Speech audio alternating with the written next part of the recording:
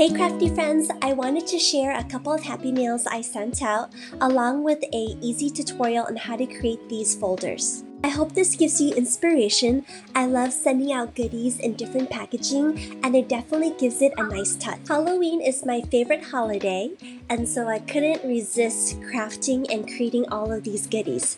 The first one I made is this embellishment tag and I packaged up some cute charms. I made this notebook using a cutting die from Graphic 45 and it's their file folder die. I also created a large bookmark or a tag and I used different layering pieces to create this.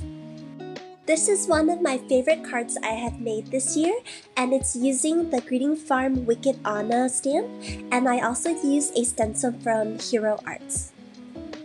Some of you may know I love creating traveler's notebooks and also journals. This is a mermaid patchwork journal and I love how it turned out.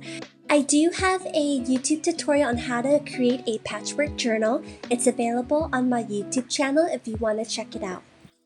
This journal has an eclectic vibe. I really like the ribbon trim that I use along with the different layering pieces. So inside I use blank paper so the recipient can use this journal however way she likes. And I also added a binder clip for closure with a dangle. This is the second folio that I created and I used a paper from the Heritage collection from Maggie Holmes and I thought it had a great Halloween autumn vibe.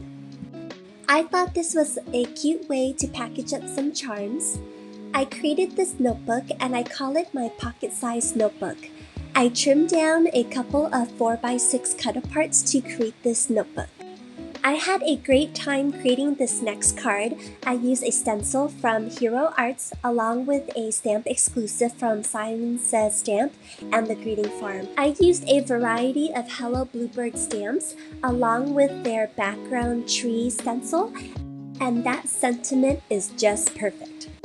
I love sending flat mail and so I wanted to create this pocket letter for my friend. I used a variety of stamps, stickers, ephemera, and ribbons to create this pocket letter.